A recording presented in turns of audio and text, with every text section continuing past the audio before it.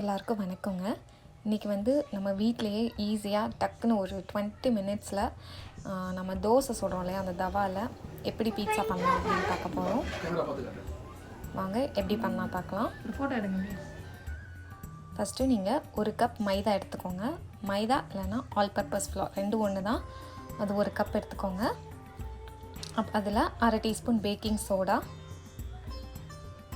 அப்புறம் 3/4 கப் தயிர், நல்லா கட்டி தயிர் நான் ஊற்றியிருக்கேன். ஒருவேளை உங்கள்கிட்ட தண்ணியாக இருந்துச்சுன்னா 3/4 கப் கொஞ்சம் கம்மியாக ஊற்றிட்டு நீங்கள் நல்லா பிசைஞ்சதுக்கப்புறமா தேவைப்பட்ட எக்ஸ்ட்ரா ஊற்றிக்கோங்க.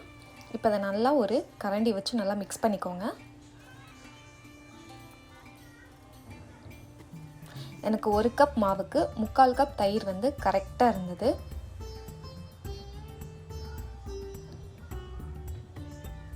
ஸோ இப்போ நம்ம கை வச்சு நல்லா பிசைஞ்சிக்கலாம். சாஃப்டாக வர பிசைஞ்சிக்கோங்க. ஒரு 5 மினிட்ஸ் நல்லா பிசைஞ்சிங்கனாலே நல்லா சாஃப்டாகிடும் நமக்கு மாவு.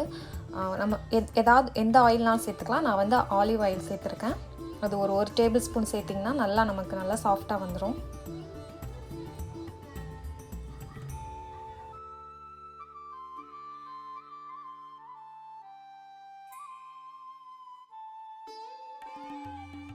இதில் நல்லா எண்ணெய் அப்ளை பண்ணிவிட்டு ஒரு 5 நிமிஷம் வச்சுருங்க.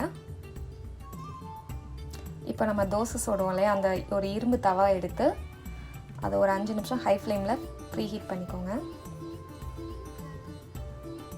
அது ப்ரீஹீட் ஆகிற வரைக்கும் நம்ம பிசைஞ்சு வச்சுருக்கிற மாவை எடுத்து இந்த மாதிரி உள்பக்கமாக நல்லா சுற்றி கையில் பண்ணிக்கோங்க. இந்த மாதிரி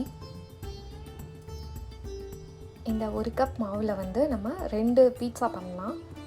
இப்போது இந்த மாவு வந்து சரிசமமாக 2 பாகமாக நல்லா பிரித்து எடுத்துக்கலாம்.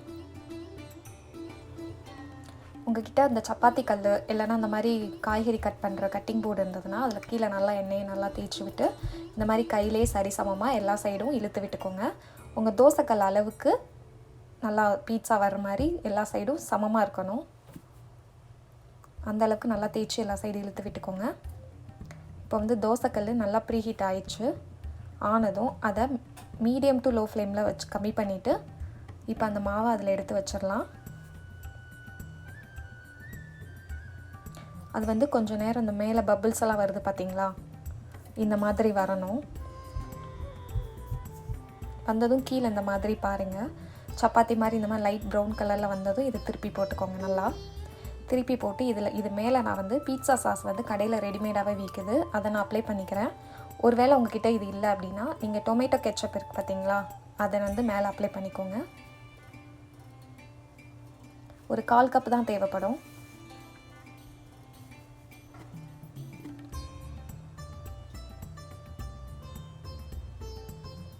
அதுக்கப்புறம் மொசரல்லா சீஸ், துருவின சீஸ் இருக்கு இல்லையா, அது நீங்கள் எந்த சீஸ்னாலும் போட்டுக்கோங்க, உங்களோட இஷ்டம் தான். நல்லா துருவிட்டு அது இந்த மாதிரி மேலே சீஸ் நிறையா பிடிக்கும் அப்படின்னா நிறையா போட்டுக்கோங்க.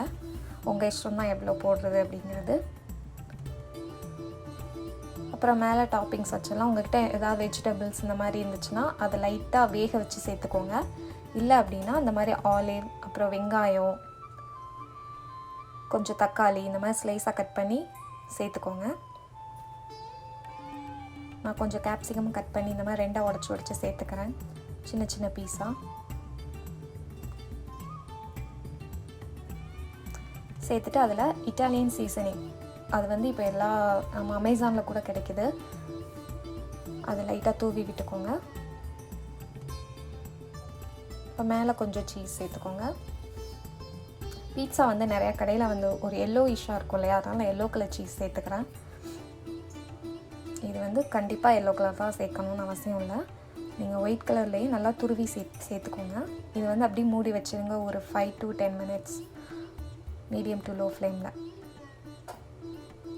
பார்த்திங்களா, நல்லா சீஸ் எல்லாம் மெல்ட் ஆகி சூப்பராக நமக்கு பீட்சா ரெடி ஆயிடுச்சு. உங்களுக்கு இது வந்து நல்லா வெந்திருக்கா அப்படின்னு தெரியும்னா அதோட அடிப்பாகத்தை எப்படி எடுத்து பார்த்திங்கன்னா நல்லா ப்ரௌன் கலரில் ஆகிருக்கும். ஸோ அது ப்ரௌன் கலர் ஆயிடுச்சுன்னா நமக்கு பீட்சா ரெடி ஆயிடுச்சுன்னு அர்த்தம். இது ரொம்ப ஈஸியாக பண்ணிடலாம். கண்டிப்பாக செஞ்சு பாருங்கள்.